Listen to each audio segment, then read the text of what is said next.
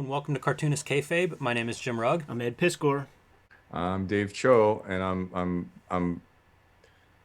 I'll tell the audience what I'm feeling right now. I listen to and I watch kayfabe whenever I can. It's my favorite thing to listen to because I love comic books. And the out of body, I'm sitting here. We just did a breakdown of Frank Miller and what it was like to meet him. My comic book week, talking about GI Joe. Like I'm 45, having the conversations that I wanted desperately to have with another person. Like I've never in my fucking life had a conversation with another human being about Chuckles. I've never talked about Chuckles out loud in my life. So I'm like I guess I'm a little bit out of it. And in the same way masturbation is a solitary sport and drawing is a solitary sport, reading a comic book is a solitary sport. So it's been so fun for me to watch you guys break down a comic and see your beautiful hands turn the pages. And it's like, wow, this masturbatory thing that I've just only done by myself my entire life. I've only read comic books by myself, my imagination, my thoughts, what I thought about the art, what I thought about the inking. It's only been that, and maybe I'll talk about someone after, but I've never sat next to someone shoulder to shoulder and read a comic book together. It's a very intimate experience. And I'll be your Lucky Pierre, middle of the Oh, no, David. You get it all wrong, man. We're sitting around in a circle. Let's drop our pants and fucking drop it all over this fucking hockey mask right here. Oh, my God. Casey Jones is getting it. I'm so glad we're doing this. I'll just tell you guys because we're just kind of hitting all the sweet spots for me. Like I said, G.I. Joe, 75 cents, 3/4 at the 7-Eleven until this very, very visceral moment in my childhood, elementary school, behind the basketball courts. This guy, Hutan, Persian guy, his older brother, Human, gave him these comics. And up until then, it was only G.I. Joe. And he takes out of his backpack, Garbage Pail Kids. It blew my mind. Graffiti Petey. I'm like, this is amazing. I've never seen anything like this. He has a cassette tape of a 2 Live Crew, starts playing it I'm like, this guy just said the F word in a song and his name's Luke Skywalker. I'm like, and he keeps, it's just like one thing. He pulls out Richard Corben reprint, Teenage Mutant Ninja Turtles. The best way I could describe Richard Corben's art to me is it's just horny. It's horny art. Like everyone's like ripped and glistening and muscly. And April O'Neil's yellow jumpsuit with her cleavage coming out. And he brought out Cherry Comics and another adult theme, Red Fox. And I just remember that moment because I remember the music. I remember the Garbage Pail Kids, and everything felt like a fuck you. It was so, if you talk about things that shaped your childhood, and he also had the issue of Donatello, which I know you guys have already done. That one was mind blowing, and that was back in the days when all the turtles had red bandanas. So the red bikini on Red Fox and the red bandana on all the turtles, and I just remember this red color, and it just stayed with me. And when you guys asked to do Raphael today, he's the turtle that I relate to the most. I think he's just the stats on him. I think he's the strongest physically of all the Ninja Turtles, and that's not the part I relate to. I think he's the most sarcastic. He's the most shit talking, the most stubborn, and it's just this dynamic duo of him. He's a psychopath, and then he's with this guy Casey Jones, who's a psychopath. It reminds me of my friendship with Harry Kim, who I did all this hitchhiking videos for Vice on Thumbs Up, and who doesn't like a buddy cop, buddy movie? So I'm just so happy right now to be having this out of body experience with you guys. Real quick before we continue, Jimmy and I are cartoonists ourselves. Right now I have Red Room, the Antisocial Network, out on the stands. The trade paperback has about 70 pages of extra material that is not found in the issues. So if you have the issues, there's a lot of added value to grabbing the trade. If you missed out on an issue, you could grab the big book. Every story is self-contained, though. So if you see an issue on the stands, scoop it up. You're going to get a complete experience. And coming next year, 2022, which is rapidly approaching, Red Room Trigger Warnings, issue 1 is going to be coming out in February. This is the standard cover. the Eddie P variant, the Peach Momoko retail incentive variant, and the classic Jim Rugg by way of Robert Crumb Zap Comics Zero variant, coming out in February. It also will be a series of self-contained stories, so if you see an issue, just scoop it up. Hot off the presses, man, is the announcement for Jim Rugg's Hulk Grand Design coming out in March, is it, Jim? March 2022. March 2022, 2 issues. Hulk Monster and what's the other one? Hulk Madness. Hulk Madness. 40 pages. Jim taking 10,000 pages of comics material from 40 years of incredible Hulk lore, condensing it down into a high-octane comic book that is relentlessly energetic. You're going to want to get your hands on it. And there are variants that are promoted with that also, man. A Peach Momoko variant. I had to do one. Who's the other fella? Marcos Martin. Anything else you want to say about it real quick? No, that sums it up really well. It's the opposite of decompressed storytelling. It's a perfect jumping on point celebrating the 60th anniversary of the Hulk's creation. So mark it on your calendars, March 2022. Tell your local comic shop proprietor that you want copies of this. We have link trees in the description below this video where you can get to all our stuff. Now that we're done paying the bills, let's get back to the video. So cool kicking it with you, David. You mentioned that Donatello issue, and there were these 4 micro series. Like every turtle got one. Yeah. And it felt like this is the opportunity for Eastman and Laird to inject some real personality into the turtles, because there might be a little glimmer of it in the regular series, but now you have an entire issue focused on the character. And I think like the Donatello issue, we really like turn up the computer whiz nerd part of Donatello's personality.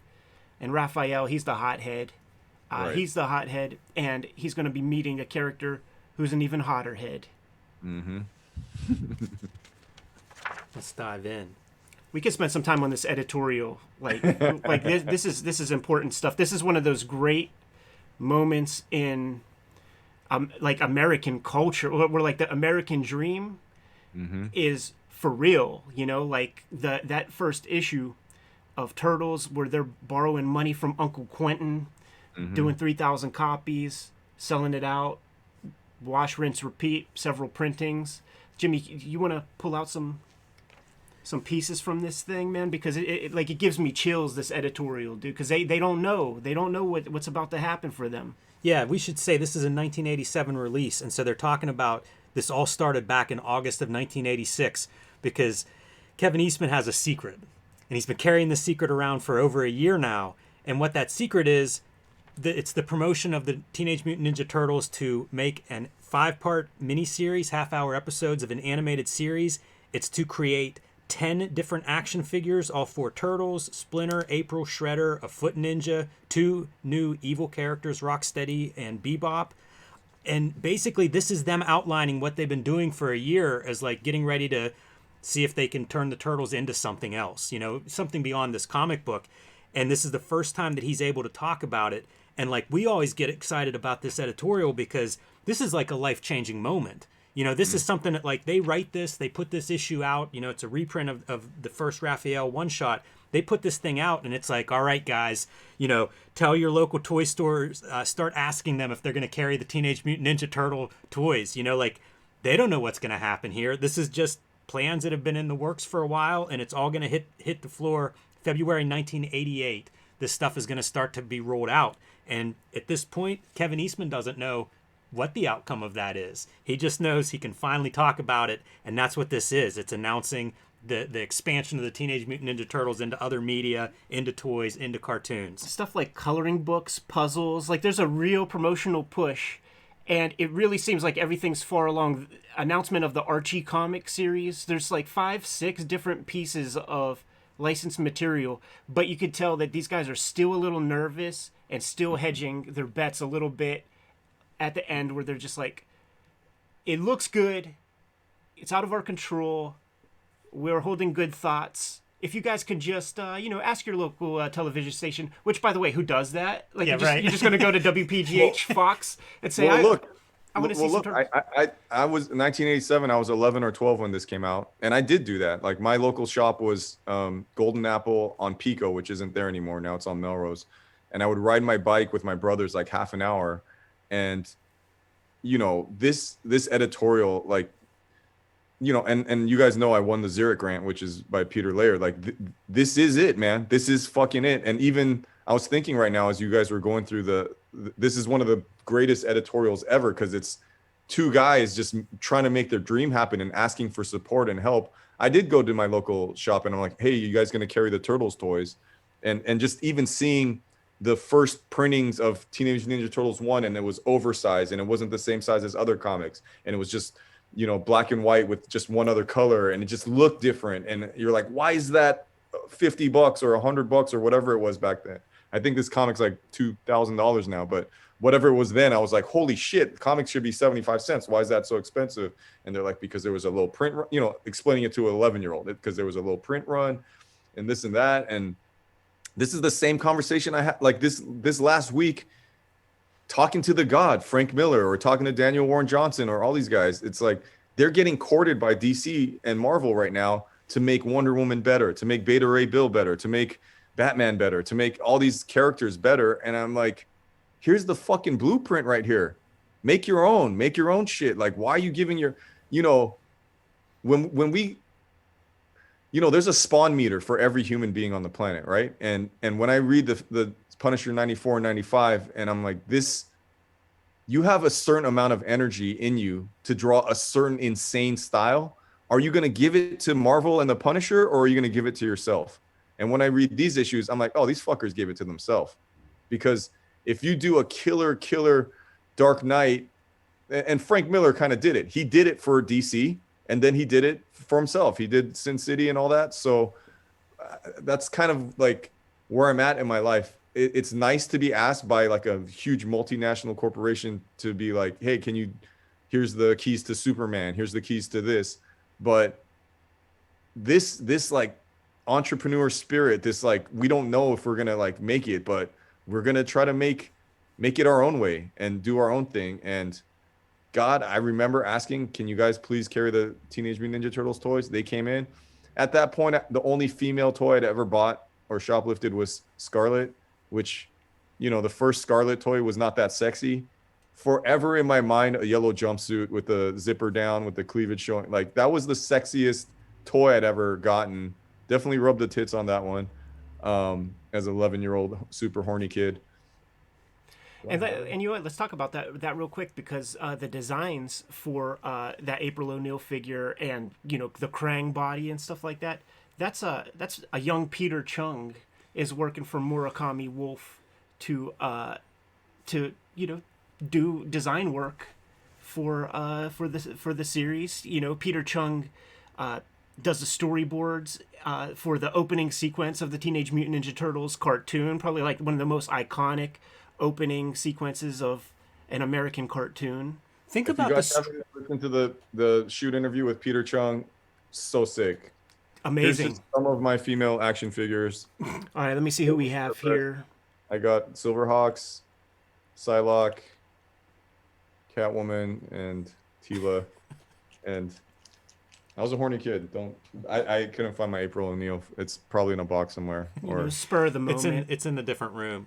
Or maybe I threw it away in shame or something. But it's I don't know how many times I've drawn Raphael and all the turtles just from these early Eastman layered. I mean, it's so good. I love the tail that Eastman and Laird draws, because it really looks like a little ding piece inside, in between the legs there. It looks like a little shriveled up sack, or it looks like they're pooping all the time, which they got rid of for the cartoons, right? Yes, sir. Man, I love their original lettering too. Like, it just all works so well on the page. Real italic, and you could tell it's got that dead line from a rapidograph, probably. Mm-hmm. You're mentioning, Peter Chung coming on board for the cartoon, Ed. Think about the luck involved, because who knows who Peter Chung is in 1986, let alone being lucky enough that he's on your show, like he's doing real work on your show and on development. Like, that is just an out of your hands stroke of luck. But DNA of Peter Chung now in the Teenage Mutant Ninja Turtles, it's amazing. It's super cool. Now, that Donatello issue that we were talking about earlier, that's firmly planted in the Peter Laird side of the division of labor. But the Raphael hothead character, that's an Eastman design, and this is the more Kevin Eastman issue of those micro series. There's that ding piece again. I won't point them all out, but when they're in shadow, it's just obscene. I'll point another one out. That's my day. I love this fight stuff too. Like they're so into the choreography, you know, like catching a punch and stuff. It's you can kind of see that Frank Miller DNA as well. Kevin Eastman, obviously a fan of Ronin, Daredevil, and stuff, and it's playing out in these pages, in these fight scenes. Like they're very considered. Yeah, totally, man. And the story's pretty simple. Raphael, he's practicing with the boys. He gets one. You know, Michelangelo gets one over on him or something. He gets a little feisty. Pulls up a monkey wrench because he's seeing red. It's that teenage, like, you see He's red and you tell your mom and dad, fuck you, and then you regret it instantaneously. Like that's, I'm out of here. Drawing. Don't forget, they're teenagers. Yeah, exactly. It's a great characterization for that reason. Like you know, we were talking about fighting earlier. It's like most of the people I got in fights with were my friends. You know, whenever I was this age, it was just like. Right. You know, you're that's a teenage boy is like, you're just ready to go. It doesn't take too much. Yeah, if you ain't fucking, you're fighting. Drawing in that duotone is incredibly dope, man. And I'm using this kind of medium for my current comics, so I'm looking at a lot of duotone stuff and seeing strokes like this where they're drawing an entire background and it creates that depth of field where we see the characters so clearly and the background just kind of fuzzes out. That's real sharp. You could tell that these guys, they wouldn't have done that in Teenage Mutant Ninja Turtles issue 1. They got like 150 pages under their belt and they're just way more confident with the tools, man. Look at that shit right there, dude. That's sick as fuck. Yeah, it's great stuff. They get the most out of this newsprint, you know, black and white on newsprint. Like they have, this is about as much as you can do with it, you know, with the duo shade, the big lettering and stuff. It just all is designed almost to be the best black and white comic you can make. And it works. Just the fact that you're like, how would you have 4 turtles? And, you know, I know in the toys and the cartoon later, they changed the bandana colors, and by the way, doing Donatello, no service at all. It's like, you have the character with the dinkiest weapon, and then you made him like the purple one. Come on. like I'm guessing he is the worst selling toy out of all 4, but you know, when you read it and it just works, you're like, that sounds like a nightmare to draw in black and white, 4 characters that look exactly the same. Only difference is the weapons, but it works, you know? Yeah, it really does, man. I hadn't noticed this in previous readings, but the perspective is so wonky on all these rooftops, and I love it. Yeah, they're eyeballing stuff. You know what? This is right when Raphael splits. And they're all sad because Splinter has disappeared. He's been captured by Mousers or whatever. They have to stay at April O'Neil's pad. And they're embarrassing Raph. Like, listen, we're in a new place. Like, you gotta cool out. So when Raph leaves, he decides to, like, break through, like, a window pane and destroy some of April's, house. That's a real cranky pants. Teenager. Yeah. Yeah, he even says it down here. Seemed like everything went blank. All I could feel was intense anger. I remember thinking that exact thought balloon. Remember that thing. And this page of, introing Casey Jones, it's like, this is a very strange feeling inside my heart and my body right now, because my room looked exactly like that all through my 20s and 30s, like just comic books, like not the weights, but everything else, like that level of dirtiness. And at that age, 11, when I was, 8 to like 12, reading this stuff, this was in the same way that I hear my mom's voice yelling, like, graffiti artist is not a real job.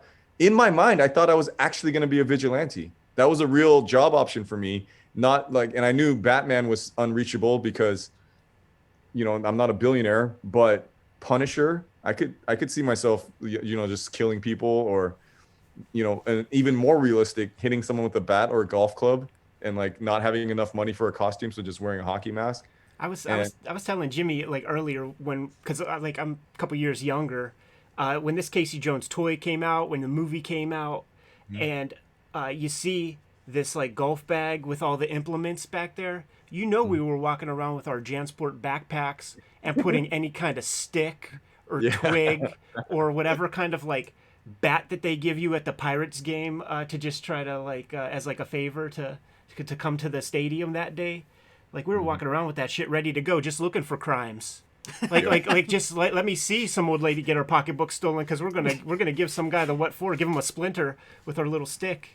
That's always the funniest thing in a comic book is finding the person being mugged or whatever just conveniently whenever you have your golf bag of toy weapons. There were those guys in the Pacific Northwest, like Phoenix Jones and these other like real life superhero guys, and there would be videos of them like on their night out on the prowl, and it just seems that when very drunk people see some goofball in a costume, like they just want to fight them. Of course. Yeah. Like they're ready to do some crimes, man.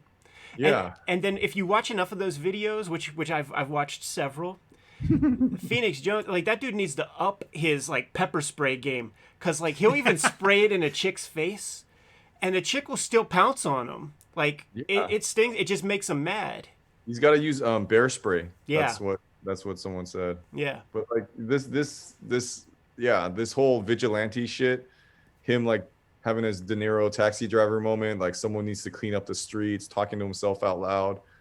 I'm so embarrassed to say this, but if you found my 11, 12-year-old journals, like I'm writing like what do I want to be one day, like make sure you make weapons, and like, you know, like watching like the A-Team where they always make their own weapons, and MacGyver, like that's a product of like, I'm like, oh, you make your own weapons and then you go out into the world and you help people. You beat up bad guys and, you know, always fighting, always hitting, always shooting something. This is the trope of like the 80s black and white boom comics. It's always the vigilante that's out to clean up his city. It was in the air in those 80s. Like you had your Dirty Harry flicks, you had your Death Wish, Paul Kersey, freaking Charles Bronson shits. In New York, you had the straight up Bernard Goetz. You had the Guardian Angels with the red berets, and by the way, I feel like we could take on like half those like Guardian Angels, man, that I remember seeing on Geraldo back in the day. Look real doughy and like they watch a lot of Death Wish movies and decide to go out on the prowl. That's a funny characterization because Casey Jones, 3 TVs lined up here in his little dude, squalor. He's going Ozymandias, fucking Watchmen episode 11, taking in some information. He looks so good though. It's such a fun design. Great like mask. I remember, I think before I had even gotten a Teenage Mutant Ninja Turtles, just being in love with with seeing a picture of this design. Like it's a perfect design for a character like this. And that carries over with the action figure. That like the entire design. Down to that little half shirt that looks so on badass. It's all in there. It works. It works. You know. I'm seeing you know the Miller storytelling, but I'm seeing like the squatness of these turtles and stuff. Like that's very Richard Corben. Mm-hmm. I see like a lot of Richard Corben kind of ticks, but also Von Baudet is in here when you see like a lot of this lettering. Oh, absolutely. And that was it back then, right? It was, for me, you know, going to school and seeing all the graffiti on the wall and just I was never a big letters guy. Like I didn't care about graffiti letters. I always liked the characters. And here in LA during that time, it was like Slick and Hex and TGO, the gifted ones. And it was like that kind of all like big, it was Sam Keith style, big hands, big feet, Von Bode, and tons of that in this art, you know? And that's why there's certain characters that are loved in comic books that a lot of graffiti artists like to, you know, put on the walls and vice versa, you know? Well, I was going to just say one piece. This is their first meeting, right? This is Raphael stepping in on Casey Jones, stops these muggers and just is destroying them. Yeah. And that's what brings Raphael into contact with them. Yeah, that's right. It's the out crazying. Like Raphael's like, I'm the crazy one, but this guy's even crazier than I am. Like, let's see him fuck up these criminals, but he's going a little bit too far, and that's like the Batman meter. Batman won't kill them, but the Punisher will. So it's basically Batman hanging out with the Punisher here. Yeah, some sort of Aesop's fable moral play is happening here. So cool when he reaches back to grab those size out of his bag.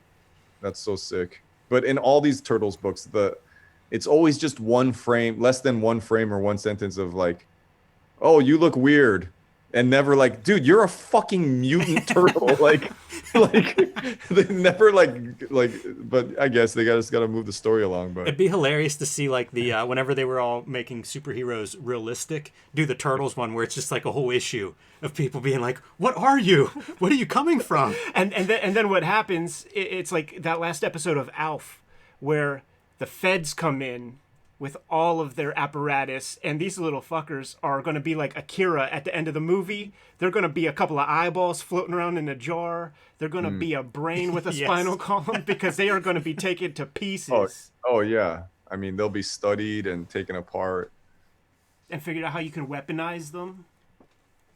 I remember this was also the era of like pretty big D&D stuff happening at school, and my mom, being super religious, wouldn't let us play D&D because that was Satan's. That was The satanic panic was going on in those 80s, baby. So going back to the first page editorial, another thing, a product that they put out during this time was Teenage Mutant Ninja Turtles and Other Strangeness role-playing game. So I played that with my friends instead of D&D, and so I know so many like variations of the story, and like when you roll your character, like how mutated do you want them to look, like almost humanistic or half, you know. Can you grab that And bag?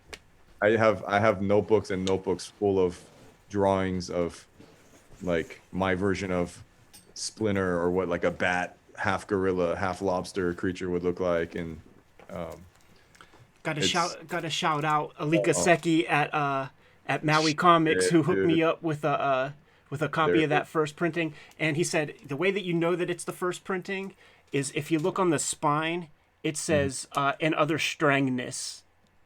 strangness. Yeah. Oh, shit, dude. Yeah, man. Dude, Anyhow. so many feels. Oh, there it is. Look at that. Oh yeah, why was I showing it there? Yeah, To the there's your strangness. To There the it is. Kayfabers out there, we got a lot of stuff happening. My copy is, I don't even know. It was so dog-eared. Like just like I lived in that book, like making my own characters, and A lot I of would good- I would have more fun making and drawing my characters than actually going on like modules and little missions. I feel like that's a lot of role playing games. If you're like into making stuff and drawing and things, like the making the characters is so much fun. Yeah, Speaking of fun, good shot to the throat there on Raphael. gotta crush his larynx. Super violent, this one, you know, especially compared to the Donatello one shot. Like it's such a different version of a story. Peter Laird seems soft-hearted and shit like that. Like Peter Laird is a Jack Kirby guy, but like Kevin Eastman is the Corben, the Miller. Like, Yeah. you know, he collaborates with Bisley and shit. Yeah, exactly. He's more heavy metal, rock and roll. He bought heavy metal. He had that Looked like- he had that Jerry Crow mullet. Yeah. So you know, He married a penthouse model. rest in peace, Julie Strain. Oh, what? Yeah. She died? She did not too long ago, actually. Holy fuck. Oh my god. That sucks. Still room for humor though. He looks like he's taking a shit on him. 1, 2, 3, 4. Golf jokes. You know what's real cool, man, is that we read that whole editorial. We spent 10 minutes, 15 minutes on that editorial piece, and these guys are so excited that a cartoon is at least in production, or toys, yada yada. This exact scene right here, down to the 4, is in the first movie. Like Casey Jones says that when he clobbers Raphael and leaves him on his ass, man. So like, you know, they did an editorial about some stuff happening, but they didn't even know that they wrote a piece of the fucking movie that's going to come out in 2 years. Yeah. And that's the thing is, like, they were heavily influenced by Miller and Daredevil and all this vigilante stuff, up to even straight stealing the Daredevil origin. And all this is like adult comics, right? But when you read it, they still have this like corny ass, they don't cuss. They have all this corny ass, like Peter Parker kind of quips and, you know, like commentary while they're fighting, like and like, I mean, it wasn't at the Cowabunga pizza level yet at this point, but it is, as I'm reading this as an adult now, it's kind of corny. They're like comebacks and like, you know, I mean, it was fun as a kid. It makes sense. I wonder if that's some influence of the cartoon, because at this point, like the cartoon's kind of made in production and stuff, so they've been seeing that evolution of having the pizza and the cowabunga and going in that direction. You wonder if that's starting to then inform Eastman and Laird as they're writing stuff like this, like getting more of the humor, that type of humor in there. Yeah, that's a good question. Like when the cartoonist stuff starts coming out, like I'm just in first grade, second grade. Like it really was like all engines firing. Like when I was in third grade, and it would be the big brothers of kids that I was kicking it with, who were like, "You need to get the original comics, man. They're fucking, they're chopping heads off. There's so much blood. They say the F word a bunch." And I was so stoked. I'm like, I gotta find this stuff. Where do I find it? And you find it, and it's like, this stuff is super rad, but there's not one fuck word or whatever. But I think that they might have come across those like Michael Zulli issues where the turtles look real crazy, super detailed, like real box turtles or leatherback turtles or something. And they just got shit confused or something. Could be. Raphael does not do well, though. No. He gets his ass handed to him in this first round. And, It's rough. you know, as a Street Angel creator, I have to admire the dumpster art. Good stuff, good alley. Good, like, detritus and stuff on the ground there. It's a good word, detritus. It's harder to draw than it should be. It is. Ooh, some good mood lighting on our Casey Jones, man, make him look kind of ominous. It looks really awesome. That whole shadow behind him's super cool. And this is where Eastman's going Eisnerian because he's standing against this billboard. You see a big R. It's semi-familiar. And then when you pull back, man, you see it's the Teenage Mutant Ninja Turtle billboard. Nice self-promo there. But you know what? Like, we don't know where these guys are at. So that could still be Frank Miller influence because he would put that kind of stuff in the Daredevil comics. Yeah, right. It's a great page, though. If you were going to own a page, man, that'd be a pretty good one. All right, I'll get on it, guys. Contact your people. There was a moment where when maybe it was when Eastman was going through a divorce or something, on the Heavy Metal website, he was selling all the artwork to Teenage Mutant Ninja Turtles 1. So all the roughs, all the duotone boards, the script, something like a little over 100 pieces of paper for $1 million. So like when you would go to the Heavy Metal site, it was Kevin Eastman with like a bald cap or just some Photoshop going like this, $1 million, and just like laying it out. He just had it for sale. Wow. I don't think he sold it, because there's all those artisan editions and stuff like that. I don't know that it went anywhere, but it's so funny to see this because there's been so much violence in all the comics we read today. They're like punching and stabbing, and it's like to go from starting with Punisher and like blood in every frame and how baggy his pants were, and then to see Casey Jones trying to be scary holding 2 bats, but his pants are so tight and he's wearing a belly shirt, and it's like the fashion sense from like, is that scary to have a guy with very tight sweatpants where you can see the outline of his penis and then a belly shirt coming after you? He's got Velcro. He's got Velcro sneaks on also. But I would These suggest are right out of Back to the Future. That's the Back to the Future shoe. The Reebok pumps. You know, Dave, man. You say all that stuff, and I'm thinking about like '90s West Coast, like gangster energy. When remember when dudes would have a pacifier, like a baby binky in their mouth and shit? There's nothing more scary than a really strong-looking dude with a binky in his mouth. A guy in a belly shirt with a baby pacifier, a binky in his mouth, is probably way scarier. You would shit your pants, man. A skull on his t-shirt coming towards you. Yeah. Another one of his strike 3 turkey, you're out, doing a baseball punt as he throws the baseball bats to take this guy out. Yeah, man. The Punisher, I feel like, is the New York superhero, right? Like if you go to New York, you see the Punisher shirts sold at every bodega, And quick tangent, like Frank Miller lives in fucking Hell's Kitchen, like still today. Like he took the money from Dark Knight Returns, the first one, got himself I haven't been to his house, but when I heard that, I'm like, you fucking live where Daredevil lives? Like, this is crazy. Like, his studio looks so fucking cool, man. Like it looks like a big loft space with high ceilings, like big wall of windows, a lot of light coming in. Yeah. Yeah, it does look like a good space. And he makes jokes about it. Like he said, like when he went down to Eisner's crib in Florida, Eisner just uses a back bedroom, and he felt all pretentious that he has this like big giant, like a school lunchroom amount of space to make his 11 by 17 comic pages. Where we at? We are at Casey telling this guy, "See you in the next life, dung ball."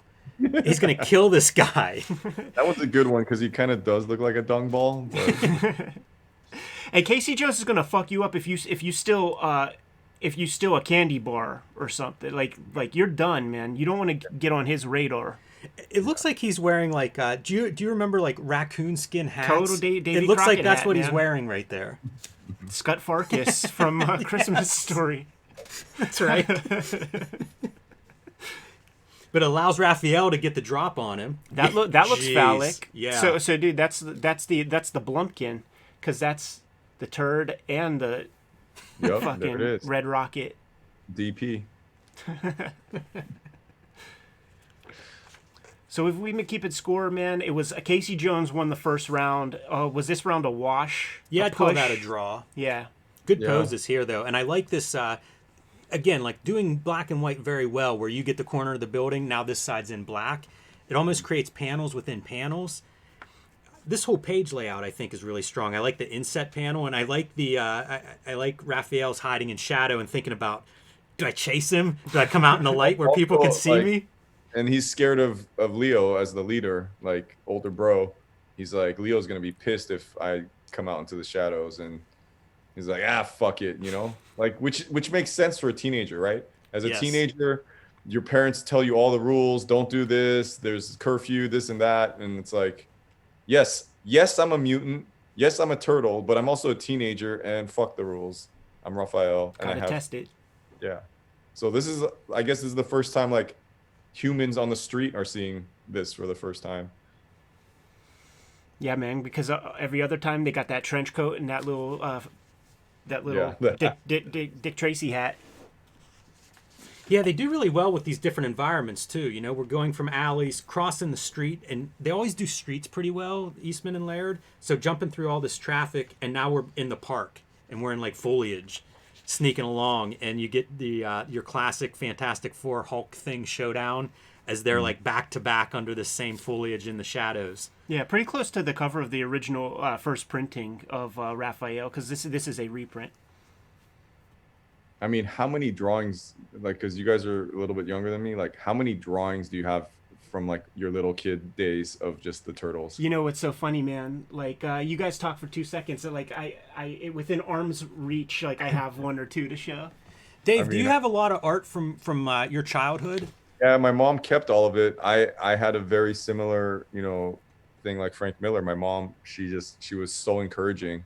She just wanted me to draw, and my dad would bring home these like Xerox flyers from his work that had printing on one side. He's like, you can draw on the back. So I just, you know, I didn't really finish a lot of drawings. Like but I drew that bandana with the teeth.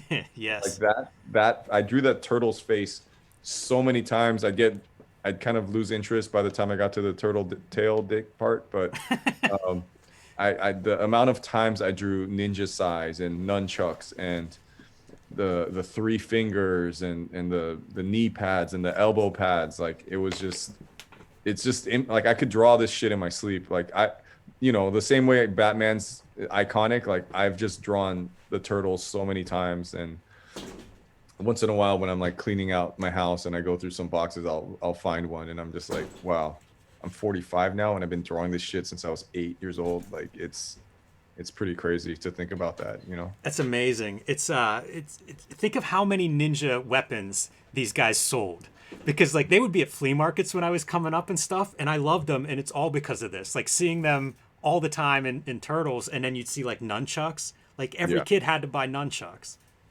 That was actually the thing that I traded that kid Chris down the street for his Zartan, but they were like plastic fake nunchucks.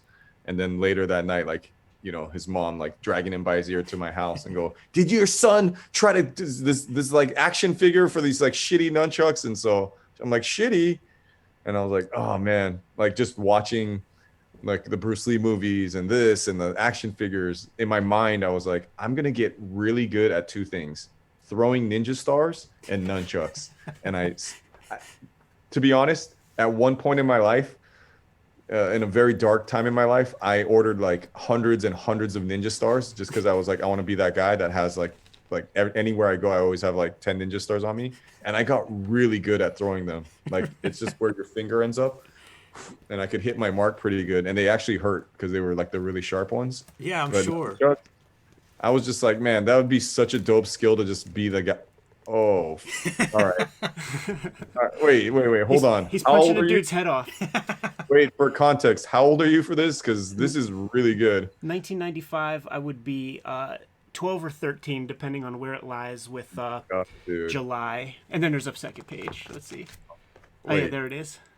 You knocked the guy's head off. Yeah, just punched it off. And look, see, he says ass, but it's that Oh, that yeah. at sign with $2 signs. So, did you print this somewhere? This like is in a amazing. thing?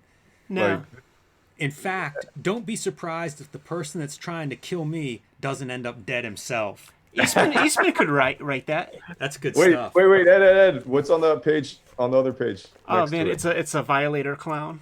Oh yes, Yeah. that's so good. John Leguizamo would be proud. There's Deadpool, Oh my god, and then dude, and amazing. then that's redrawing pages from JRJR Daredevils. Oh my god, can you please print everything in there as a zine? Like, Yeah, oh I my should. God. Oh, and That's check so- this out, Dave. You appreciate this shit, man. Bootleg. This is how I bootlegged comics when I was a kid. Nice. Just Xerox my Wait, friends' hold on. issues. You're Xeroxing and then you're coloring it yourself? Yeah. Holy shit. Oh, there's a Spawn meter that. Fuck you, Todd. Spawn was supposed to eventually use up his meter and die, Yeah. and that was like the little selling point. And he's still here. Spawn looks cool as a black and white outlaw comic. It does. Yeah.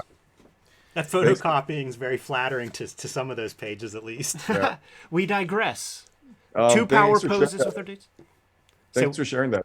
I Oh appreciate yeah, that. yeah. Sorry, it took so long to find it. No, I love that. This is a really great Casey Jones. But again, man, they're just back at it. This is such a good fight comic. You know, like we were talking about fight comics with that Punisher issue. Like, this is a pretty damn good fight comic. Yeah. Yeah, I have no complaints. Underneath all of that, it's like you're a weirdo, I'm a weirdo. Can we just be friends? Yeah, Like, that's how all the tandem of Casey Jones and Raphael ends up. Like every story, the last piece is always like them, like with their arms around one another, ready to kick some ass, Great move, shattering the hockey stick on his stomach. flexing. This is a very Corben page. very, very sexy page.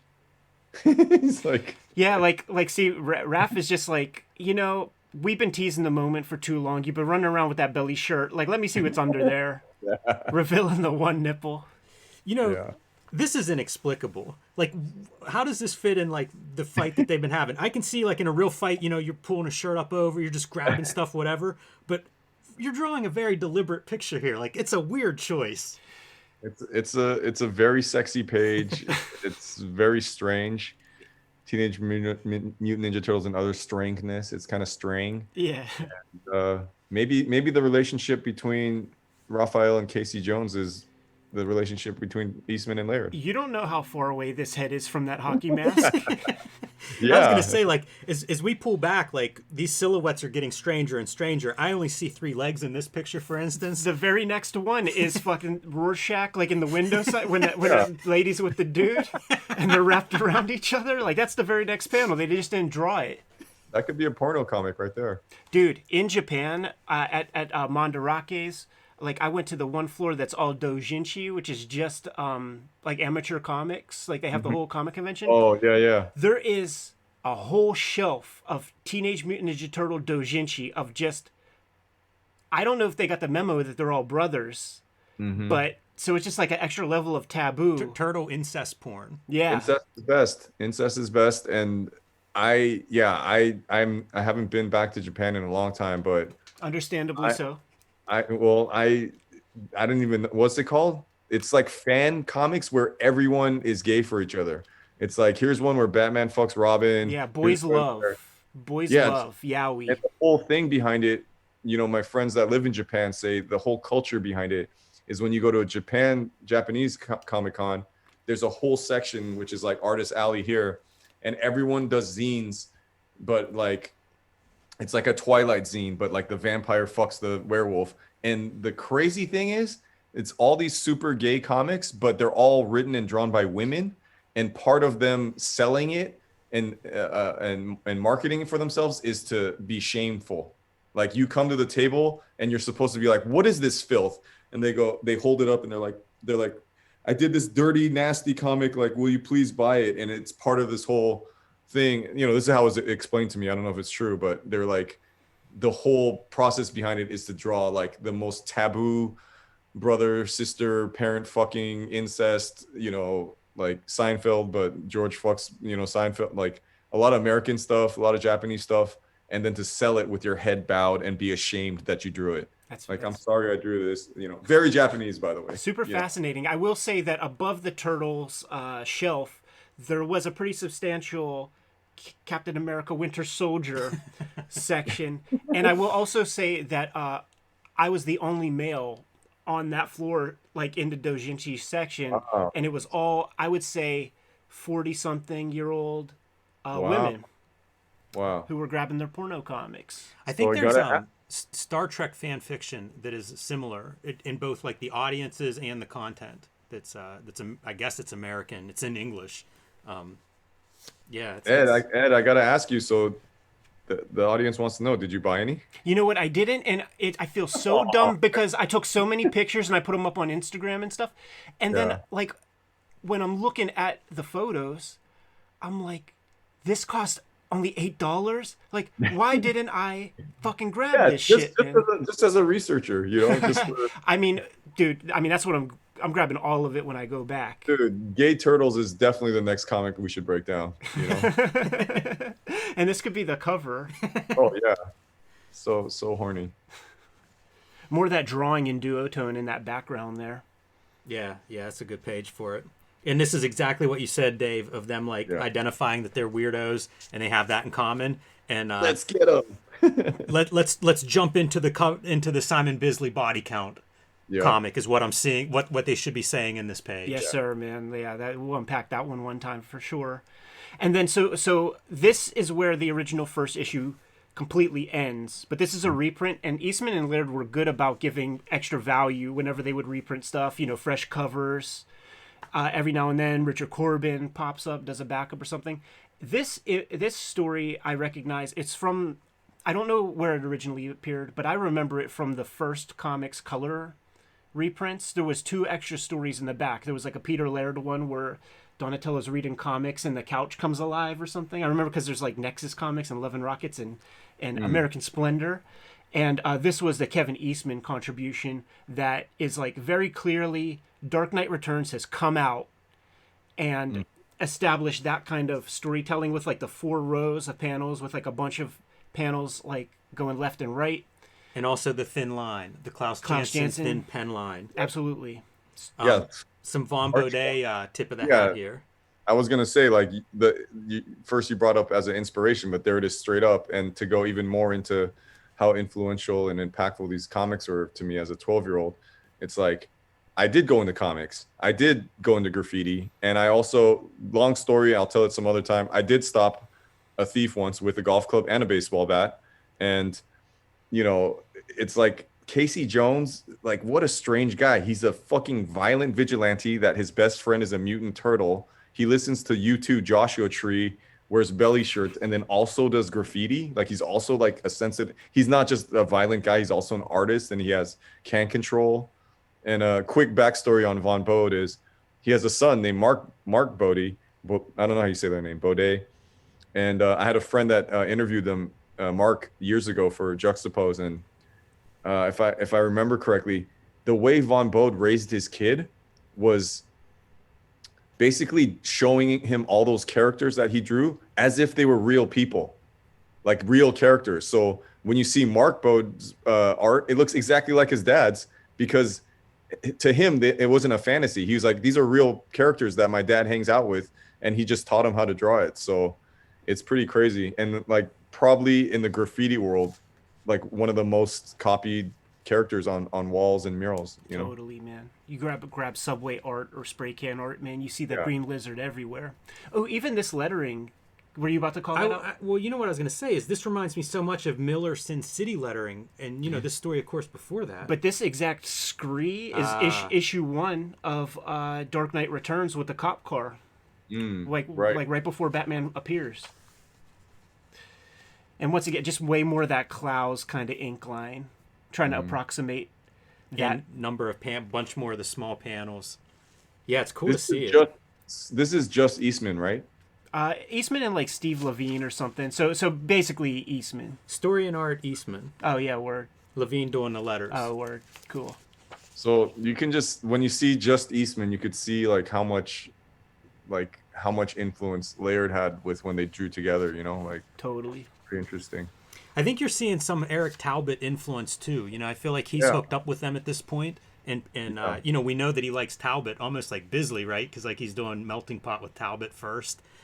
So I think you can see a little bit of Talbot's influence on Eastman's art here too. Not sure when the original issue 1 came out, but there definitely feels like an evolution in his drawing ability between this story and the last one.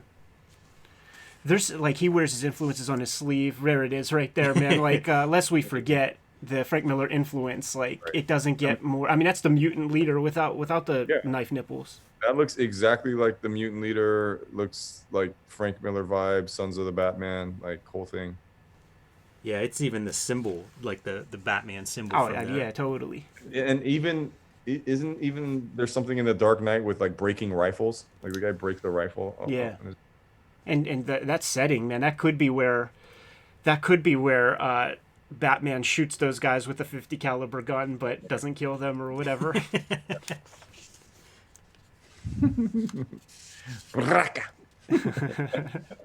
Yeah, just incredible. Straight out of Canon Films. Dude, this is designed to be a 2-page spread.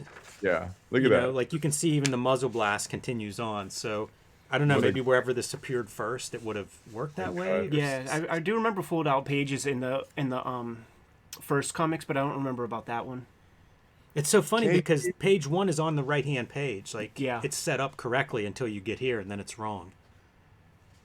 That gun sound could even spell burrito up there. It really looks like it spells burrito.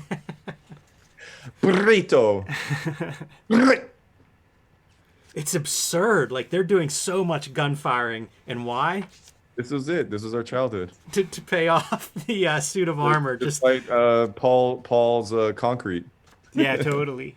And Juggernaut. You know, there's like an Oculus Rift or something, like some sort of VR headgear that when you put it on, it has these 2 dots, like sort of where the eyes go, and it makes anybody look like a freaking doofus. Like it almost looks like that. You cannot look cool with that headgear on, because it looks like a Charles Burns kind of, because the circles are far apart also, so it looks like a Charles Burns proportion face. Did you someone in the Turtles universe? I don't know if they ever made this Juggernaut concrete guy into a toy, but this guy is cool, man. They should make that into a toy. It's pretty fun, but did you ever see Project Grizzly? It's about this guy in Canada that spent like years building a grizzly-proof suit so that he could go do grizzly research. Oh. And they would like the whole documentary is him just pulling out the Mark IV. It's like the 4th version that he made, and it sort of resembles this. It's 90 minutes build up. They put the helmet on. He needs help getting into the thing, so the last step is put the helmet on, and he just panics. It's exactly like this, and then he falls over in the mud and can't get up. It's kind of exactly what you see in this sequence. Oh my god. Someone make a custom toy of that, please. It's always dope whenever Eastman does a splash page, because he always puts his little Easter eggs in there, and you could see what he's into at the time. So there's Mazzucchelli, Miller, Daredevil, Melting Pot is mentioned, so that speaks to your Eric Talbot connection. Man spreading, they're spreading their legs wide, and I think if I remember correctly, that box on top of the TV looks like those cable things that steal channels. So yeah, man. Maybe they're stealing all their cable right there. They're down there in the sewer. Something tells me that they can't pay their bills. Very complex character. Listens to U2, Joshua Tree, does graffiti, but also likes to chill with his bros and watch TV, and then also likes to kill people that jaywalk. It might even be smoking, man. That looks like an ashtray. Totally. I don't know what else that could be. Richard Corben here, Children of Fire poster, small there in the background. Fantastic, man. And like these guys, they would make the scene. The black and white comics boom is already happening, and very often they would just do a little largesse, give some indie creator a couple of dollars to draw a pin-up. I'm not familiar with this cartoonist, but surely probably has an issue of something out there on their own at from around this time period. Turtle soup, maybe. Super cool, super fascinating, and David, chopping it up with you, could have made this this comic any better, dude. Dude, this was like one of the best mornings I've ever had. Like, I this is, I know you asked me, and I was just like, I'm such a creature of habits. Like, I go on Wednesday, I get my comics, I read it by myself. To take this, stroll down memory lane and like revisit these things that like shaped my childhood and shaped like my adult life, basically. I can see now after going through Turtles, Punisher, and G.I. Joe, like how much of, as I'm wearing a hoodie that I drew myself of mushrooms, like how much I still, and not that that's a bad thing, but how much I'm still in certain levels of my life in Arrested Development.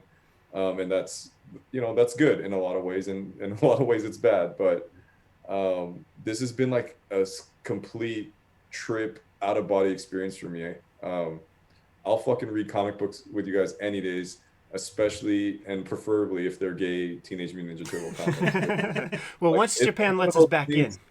Well, I would never buy it because I'd be like, I'm not gay. I'm not gonna. But I'm like, just as an artist, I should be curious. I want to see like you guys. You guys are so curious. You guys, go to the depths of every like the minutia, the details, everything you guys cover is like, you guys got to go there, man. The gay fan comics, Just a matter of time. Send us your doujinshis. P.O. Box 3071, Munhall, PA 15120. 2 copies. Dude, I just gotta tell you guys, I know we talk like, and I always say this, but just like, you guys are life, man. Just keep it up, man. The fucking Peter Chung, the Gru, Sergio Aragones, the Gaiman, McFarlane stuff, the depositions. I mean, it just keeps getting better and better, like, and well, Dave, this is a new wrinkle for the Kayfabe channel, and this is the maiden voyage, man. It was so cool to do this stuff with you for the first round. Now comes the point where, like, we close things out, and then Jimmy and I are sitting here quaking, pulling open the video to see if the audio captured correctly and everything. Yeah. Well, so thanks a lot. Is there anything you want to call attention to before we get out of here? Absolutely, man. Just read more comics, man. Like, I just keep thinking this shit's gonna die. Like, once again, like, I found a good kids comic, Jonah by Chris Samney is dope. Like, all the Tommies are killing it. Tommy Taylor, Tommy King, like, dude, I just like, like, I kind of get burnt out sometimes because I'm like, man, it's all been said, it's all been told, the origin story, and then I go back and, the new Supergirl by Tom King is dope. Everything he does, I love. Like the Strange Adventures, the Rorschach book he did. It's weird to say all of my favorite books are like mainstream stuff, but like Daniel Warren Johnson on Beta Ray Bill. What else? Nightwing. Tom Taylor on Nightwing is killing it right now. I like this book, House on a Lake. Stray Dogs is dope. Craig Thompson did this book about him growing up picking ginseng, which is amazing. That's a beautiful book.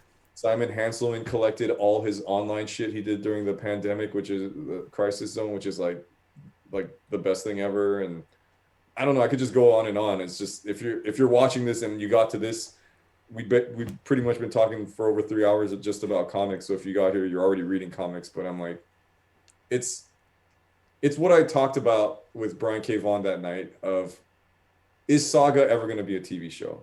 And it's like, how could it? I mean, I'm sure they could, but it would be some Hollywood watered down version. It's like, Crisis Zone can only exist as a comic. Red Zone can only exist as a comic. Like, Saga, like, it's going to be so shitty if they make that into like, We're not there yet. And so it's like this last art form where we're like, kind of, even with all the Hollywood attention, we're still kind of the underdog. We're still kind of disrespected.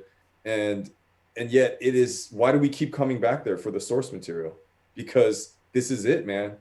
Ladies and germs, like this is it. Like this is the last place where you can draw and write whatever the fuck you want. And it's not, do it yourself, man. Take a page out of TMNT, like Eastman and Laird, man. Yeah, if you want to get attention and get, you need a paycheck and you want to be a jobber or some shit, work for Marvel and DC, get some fame under your name. But once you do that, or just jump ahead, just fucking completely believe in yourself, make your own thing, and we all want what Casey Jones and Raphael want. We just want connection. We're all outcasts. Zanzibar is the fucking outcast of the Dreadnoks, the outcast of the outcast. We're all comic books are artists and comic book people are outcasts. We're the outcasts of the outcasts. We're fucking watching YouTube videos about comics. It's like, dude, we just want connection. We just want stories. We want to be entertained, educated, enlightened.